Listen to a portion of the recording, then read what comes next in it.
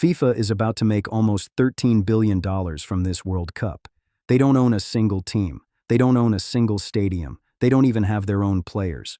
So how does that work?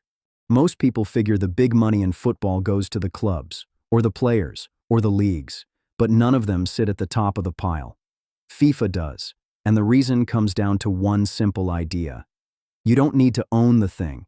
You just need to own the rights to it. FIFA owns the rights. The right to broadcast the games, the right to put a sponsor's logo on it, the right to sell you a ticket, the right to call it the World Cup in the first place.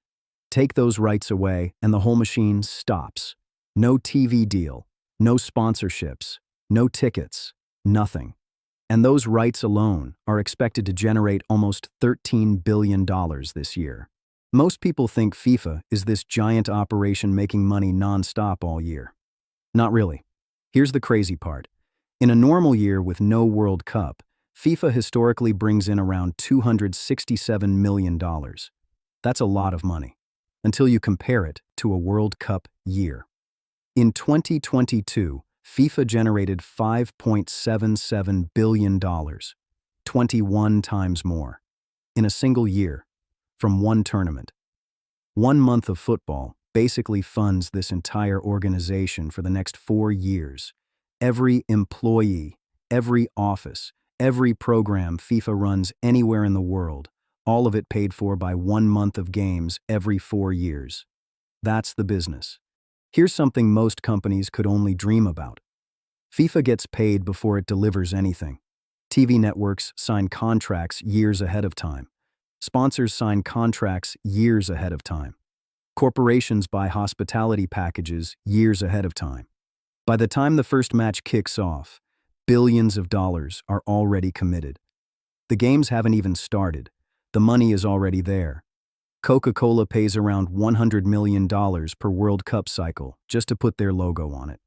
Visa paid roughly $200 million through 2026 just to be the official payment partner. Adidas has been paying FIFA since 1970. These companies aren't paying for goals, they're paying for attention, because they know billions of people are going to watch, and they can't afford to be left out. A lot of people think ticket sales are where the real money comes from. They're not even close. The real customer is the person watching from home. In the last World Cup cycle, FIFA made $3.43 billion from TV rights. This cycle, that number is projected to hit $4.26 billion. That's 45 cents of every dollar. From one thing, just selling the right to show the games on television. Sponsorships added another $1.8 billion last cycle. Tickets and hospitality brought in about $1 billion. So look at the breakdown. The stadium generates about 13 cents of every dollar. The broadcast deal generates about 45 cents. FIFA could run this tournament in an empty stadium and still make most of their money. The fans in the seats are not the product. They're what makes the broadcast look good enough to be worth billions. When FIFA expanded the World Cup from 32 teams to 48, fans saw more football. FIFA saw more inventory. The tournament jumped from 64 matches to 104. That's 40 extra games, 40 more broadcasts, 40 more chances to sell sponsorships, 40 more batches of tickets, 40 more hospitality packages. Players see a football game. FIFA sees an invoice. And it's already paying off. TV rights for this cycle are projected to hit $4.26 billion. Up from $3.43 billion last cycle. Not because the football got more exciting, because there are 40 more games to sell ads around. But that raises an obvious question. If FIFA is pulling in all this money, where does it actually go? When people hear $13 billion, they usually picture FIFA sitting on some giant pile of cash in Switzerland. But that's not really what happens. Last cycle, FIFA spent roughly 90% of everything it brought in. The money moves fast. After generating about $7.5 billion, FIFA put roughly $1.75 billion into football development programs around the world, building fields, funding youth academies, training coaches, supporting football in countries that couldn't otherwise afford it. For the 2026 World Cup, FIFA has set aside $655 million in prize money for the 48 nations that qualify. By the end of the last cycle, FIFA had about $1.6 billion left in reserves. So no, the money isn't just sitting in a vault.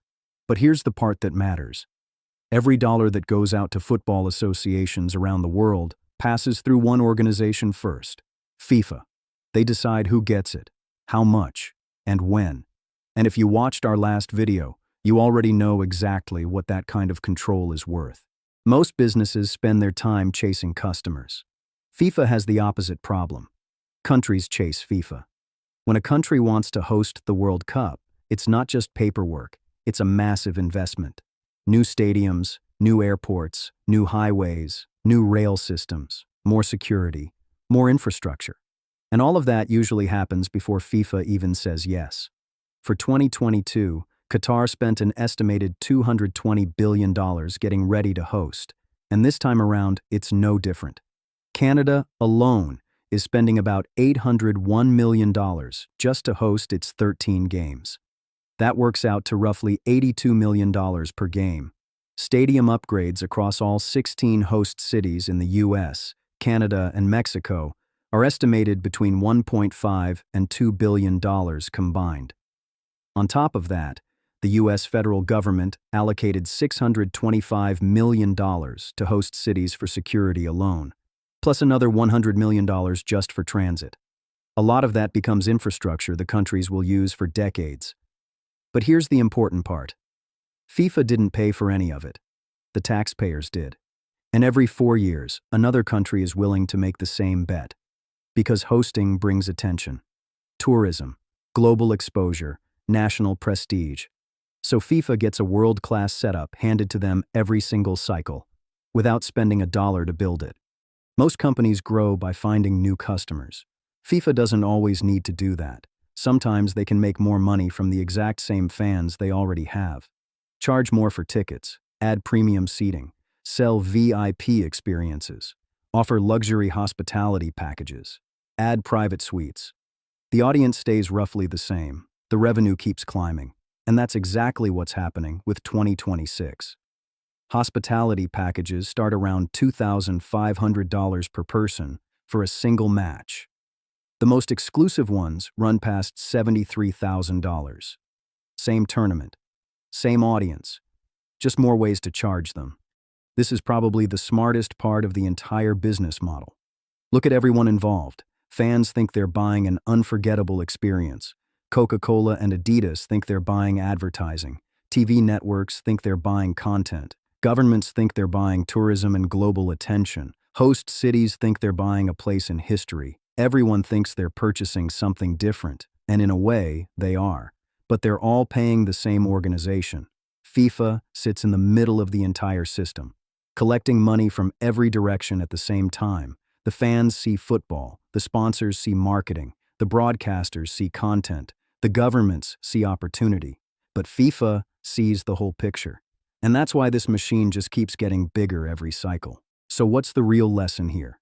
FIFA doesn't sell football. FIFA sells access. Access to fans. Access to attention. Access to one of the only events on Earth that grabs 5 billion people at the exact same moment. And when you own that access, you don't need to own the stadiums. You don't need to own the teams. You don't even need to own the players. You just need people to keep caring. And they do. Because the product is rarely the business. Access is.